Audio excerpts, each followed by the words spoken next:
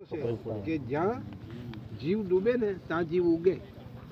કે આ જે અમારી ઇન્દ્રી આ મીન ધાતુથી કડક કરીને તમારા જે ગુપ્ત ભાગમાં ઇન્દ્રી ઉતારી છે, તો ત્યાં અમે વ્યવહાર કર્યો છે, તો ત્યાં તમારી ધરતી પર જે પાણી પડ્યું છે, તો ત્યાં તમે જે દીકરા કે દીકરીનો અવતાર આપ્યો ને, તો એ આ સિંહ દાદાનું નામ હો કેસરે સિંહ.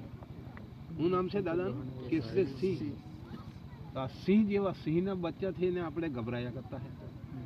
સિંહ પરિવાર છે એટલે ગમે તેમાં નેટી કિંમત રાખો, ગમે ત્યાં એમ કે આ વ્યવહાર આપણે જાણ્યો છે. આપણા જેવા પરિવાર તો જગતની અંદર નથી. આ તમને શું વાત કરે કેમ કે દાદાએ આપણને આ શરીર એકાઉન્ટ બતાવ્યો છે. એનું એકાઉન્ટ જે દાદાનું એકાઉન્ટ છે તે આપણા શરીરનું એકાઉન્ટ છે.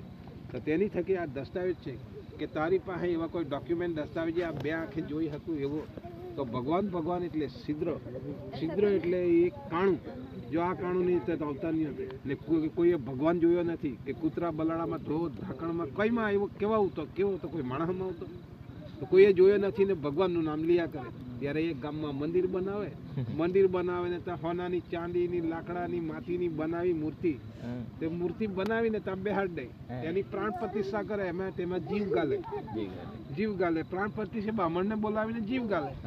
હવે આપણે તો રોજના 10 રૂપિયાનું તેલ ને 20 રૂપિયાની અગરબત્તી, રોજના 30 રૂપિયાનો ખર્ચો કરે તો મહિનાના 900 રૂપિયા થાય. જો બરાબર સાંભળજો હે, વચમાં ટક્કર હે ને તો તમારો બેન નહીં આવે ને કોઈને સાંભળવા.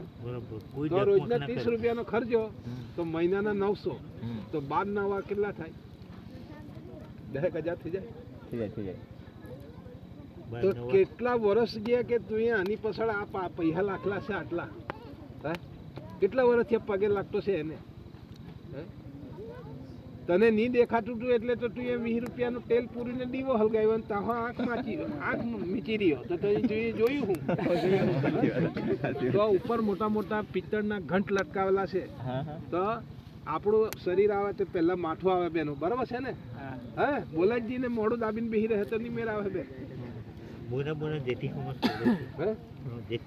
પણ એ લોકો ઉકારો આપે ને તો આપણને હા દાદા એમ કહે ને તો એ લોકોને ખબર કે હા દાદા અમારો જો એ લોકો જન્મ આપેલો છે દીકરા દીકરીને એ તો ખબર પડે ને. હા, તો એ આજે છે કે આપણે જે શરીર આપણું આવ્યું વાતમાં મારા હોય વિષય છે આખી શરીર તૂટી જાય. મોટા મોટા ઘંટ લટકાવેલા છે મંદિરોની અંદર. તો ત્યાં જઈને શું કરે એમ કરીને ઘંટ ઠોકે. વળી કોઈ દાદર વાળું મંદિર હોય, કોઈ બેઠું હોય ત્યાં જઈને ઘંટ ઠોકે ને ત્યાં જઈને બે હાથ જોડી પગે લાગ્યા કરે. તો આ યુવક કોના છે? પશુપાલનના છે. કે ગાય ભેંસ વિયાય ત્યારે પેલા 2 પગ આવે, પછી આખું માથું આવે ને બચ્ચું બહાર આવે, બરાબર ને? એટલે એ પશુપાલનના યુવક છે. તો ત્યાં માંગણી માંગ્યા કરે. ત્યારે તે કહે કે તું ઘંટ મારી આવ ને ઘંટ મારી જા. તારી બનાવેલી મને અહીંયા બેહાડી, મારી 2 ફૂટી જાય, તારી ફૂટી જાય. અહીં ખોટો ઠોકાવાનો અથડાવા આવતો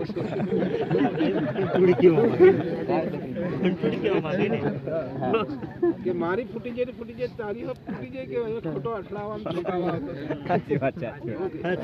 ઘંટ મારી જા ને ઘંટ મારી, પણ અહીંથી તને કઈ મળે નહીં.